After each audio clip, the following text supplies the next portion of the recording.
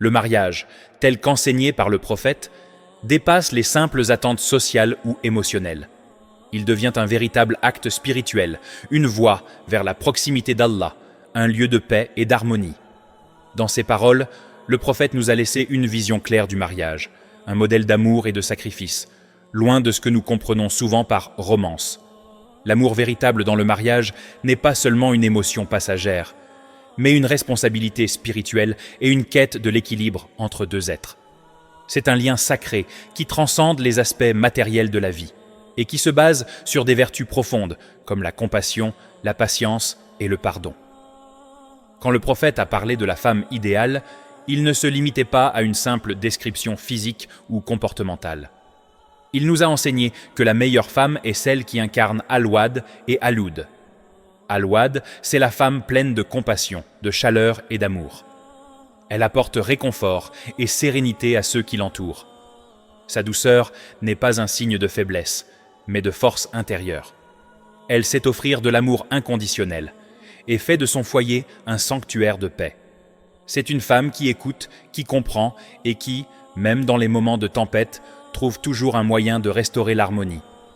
Mais le prophète va plus loin encore, en nous révélant que l'épouse idéale, même lorsqu'elle se trouve face à un conflit, place la réconciliation avant son ego.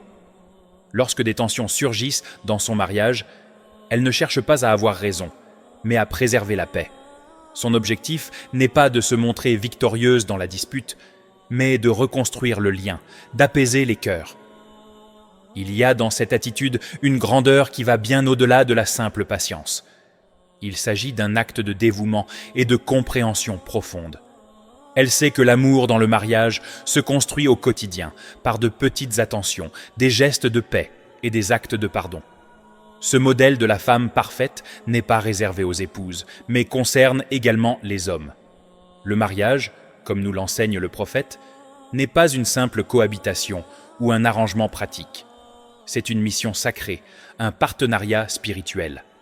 Les deux partenaires sont censés se soutenir mutuellement dans leur quête de la proximité d'Allah. Le mariage ne doit pas être perçu uniquement à travers le prisme du plaisir personnel ou des attentes mondaines, mais comme une voie vers la purification spirituelle.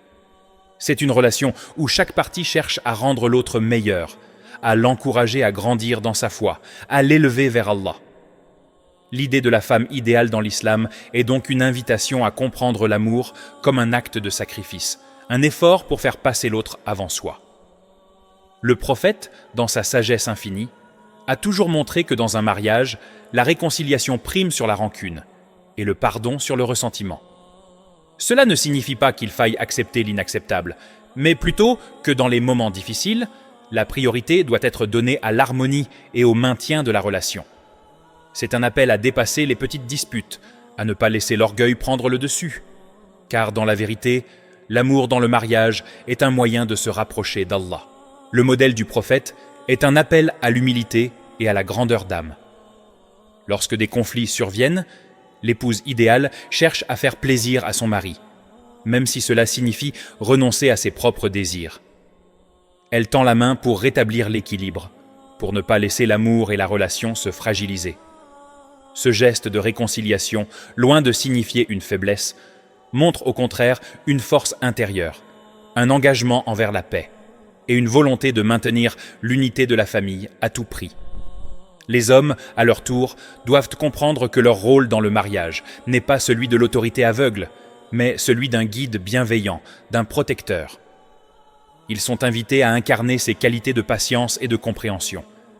Le mariage est un équilibre fragile, qui nécessite des efforts constants de part et d'autre.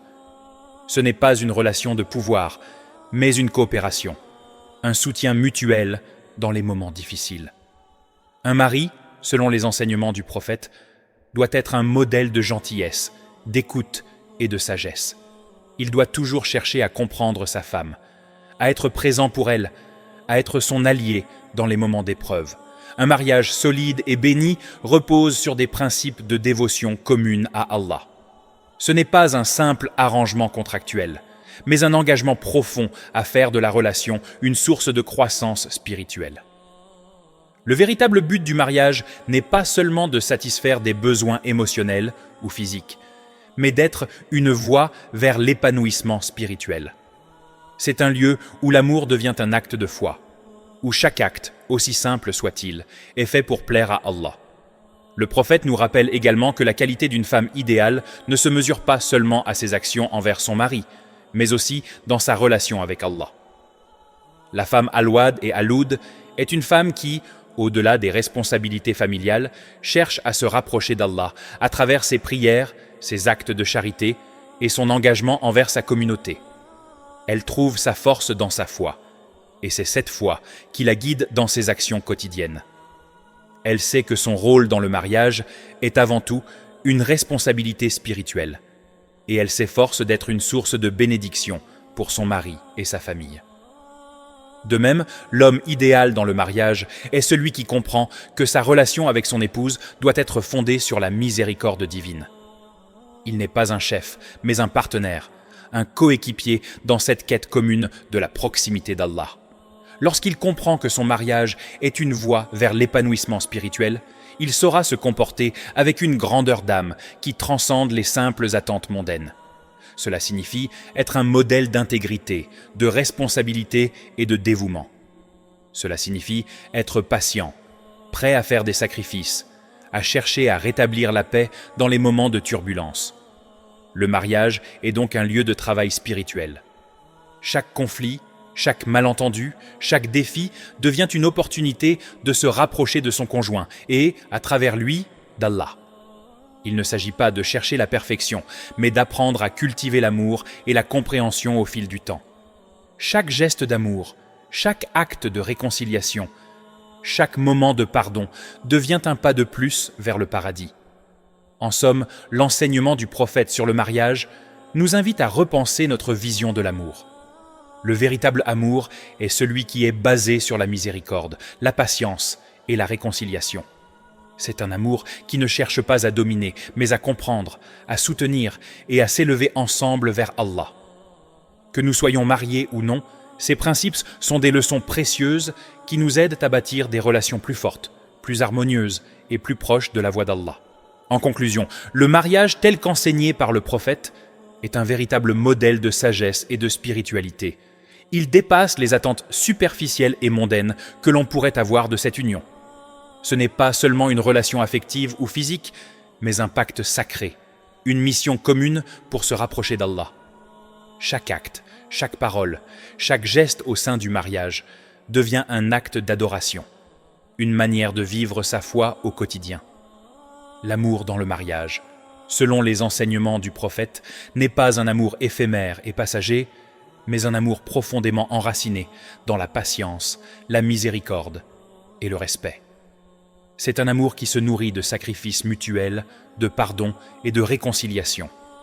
Le couple idéal, selon cette vision, n'est pas celui qui cherche la perfection, mais celui qui accepte de faire face ensemble aux défis de la vie, tout en restant fidèle aux principes spirituels qui les unissent.